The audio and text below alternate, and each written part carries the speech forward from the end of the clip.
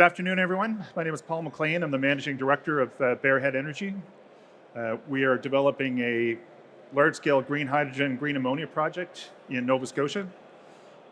The project is developing a premier multi-phase green hydrogen project. We're approved for up to 2 gigawatts of installed electrolyzer capacity in Nova Scotia, Canada. Our targeted date for final investment decision is 2025, and we plan a commercial operation date of 2028. We feel that we've got a very attractive location in Nova Scotia with world-class onshore and offshore wind resources in close proximity to major markets in Europe. The project site, we own 250 acres of land and about a 60-acre water lot that's fully permitted and ready for construction. We have secured the 70,000 acres of land in Nova Scotia for the development of a gigawatt of onshore wind and solar. We have an MOU in place with the local water utility for all of the water that we need in order to push forward with all phases of the development of the project. We have also completed the basis of design for the 2 gigawatts of electrolysis. Our phase 1A is 400 megawatts of installed capacity, powered by 500 megawatts of onshore wind and 150 megawatts of solar in close proximity to the site. Our phase 1B is an additional 400 megawatts of electrolysis, powered by an additional 500 megawatts of onshore wind production. And then our second phase is an additional 1.2 gigawatts of installed electrolyzer capacity, powered by future offshore wind development in Nova Scotia. In terms of the sizing of the plant, our phase 1A and 1B will produce 360,000 tons of RFNBO compliant green ammonia per year. And our schedule, as I said, we're diligently progressing towards a final investment decision in 2025 and commercial operation in late 2028. We have supportive ownership. Bearhead Energy, or the project, is a wholly owned subsidiary of Buckeye Infrastructure, or Base Infrastructure, Buckeye, and IFM. So in terms of the ownership structure, our ultimate parent is IFM, the IFM Global Infrastructure Fund. They, in turn, own 100% of Buckeye Energy Holdings. And there's a sister company called Base, which is Base Infrastructure. And my company, Bearhead, and Swift Current are the two green energy projects in the company's portfolio, and they're supporting us in development. But I think what also makes this a little bit different than some other Eastern Canadian hydrogen players is that IFM also owns 50% of Impala. It's an international energy and terminals and storage company.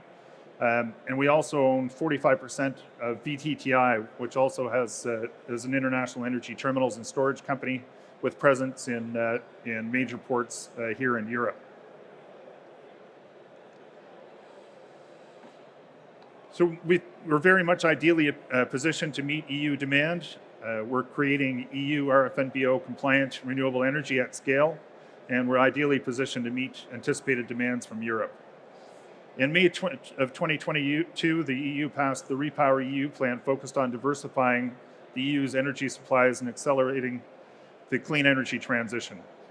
The plan included a target to import 10 MTPA of renewable hydrogen, equivalent to 56 tons of ammonia by 2030.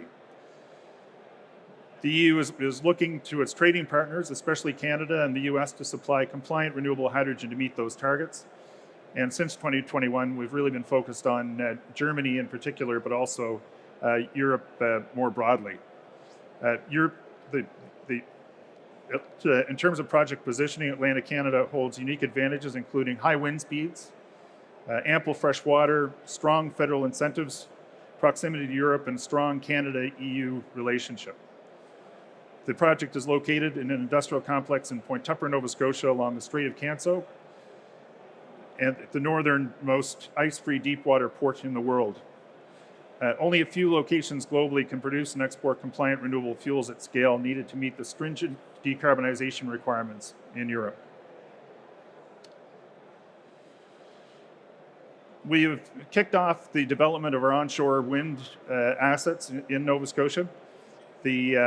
our phase 1A, as I said, was 500 megawatts of onshore wind, and we're developing a wind farm called Webster's Corner. We're going to have, for that project, a connection to the grid, the Nova Scotia grid, and that will power 400 megawatts of installed electrolyzer capacity. Our second phase, or our Forest Hills wind project, is going to be directly connected to the Bearhead site. So in terms of phasing, we'll take a little bit more time to develop as we have to build the dedicated transmission in order to deliver those electrons. And then finally for phase 2, as I said, to be powered by future offshore wind with up to an additional 1.2 gigawatts of installed electrolyzer capacity. And our Premier in Nova Scotia has indicated that they plan to make a call for bids for offshore wind in Nova Scotia in 2025, with a goal of having 5 gigawatts of wind turbines in the water by 2030. We've always been focused on strong stakeholder engagement and support as part of the project. We work with many local stakeholders, including First Nations, labor unions, local government, and local community. With the First Nations in Nova Scotia, there are 13 different bands that negotiate as a single entity through the Assembly of Mi'kmaq Chiefs. And we're currently finalizing a mutual benefits agreement with the 13 communities in order to make sure that we push forward with the project in a way that recognizes the need for reconciliation with the Indigenous communities. We've also signed an MOU with a local band in Nova Scotia that's the largest Mi'kmaq band in the province. In terms of the unions, and we signed the first project labor agreement in Nova Scotia in 2019 with the Cape Breton Building and Construction Trades Council. And we're in the process of modifying that project labor agreement to make sure that we've got labor certainty throughout the construction phases of the project. We expect that we'll have that agreement in place by by fourth quarter this year. We've also worked very closely with the local community to get our message out, not only in terms of the development of our terminal, but also working to push forward with our wind farm development. So we're also very proactive in providing updates to all of the municipal governments in the region to make sure that we maintain support from the local community. So in working in the industry for the last 20 years, I can say that I've never seen all levels of government so aligned in supporting sectors such as they are with hydrogen in Nova Scotia. We have tremendous support from the federal government, the provincial government, and all municipal governments as well. We've been pushing forward with the advancement of our engineering as well, and we've completed pre-FEED, which will leverage key learnings as we move forward with our FEED. We hope to issue an RFP for our FEED in the next quarter. So our approach was that we had engaged IO Consulting and Atkins Realis, formerly known as SNC-Lavalin, to perform a split scope pre-FEED for Bearhead. Bearhead has received the pre-FEED package and has prepared an invitation to bid package ahead of front-end engineering and design. The key deliverables for pre-FEED were the hydrogen and ammonia storage optimization, development of codes and standards, plot plans and substation layout, Class 4 cost estimate, the modularization and constructability strategy, Level 2 project schedule, QRA, and feed and scope of work, and ITB for the RFP package that we hope to issue this year. The key learnings in terms of modularization: modular design is most suitable for construction in Nova Scotia. This reduces the capex and provides more schedule certainty during construction. For technology selection, PEM is the preferred electrolyzer technology because of its ability to quickly ramp up and down to match the wind resource that the renewable energy production that we're developing. And then finally, for ammonia turndown, the design is optimized to allow for ammonia turndown, minimizing required hydrogen storage.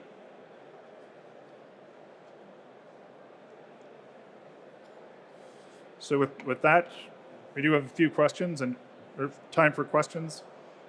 Or I'll be available at our booth in the Canadian Pavilion to answer any questions that you may have. Thank you very, very much for your time and attention this afternoon.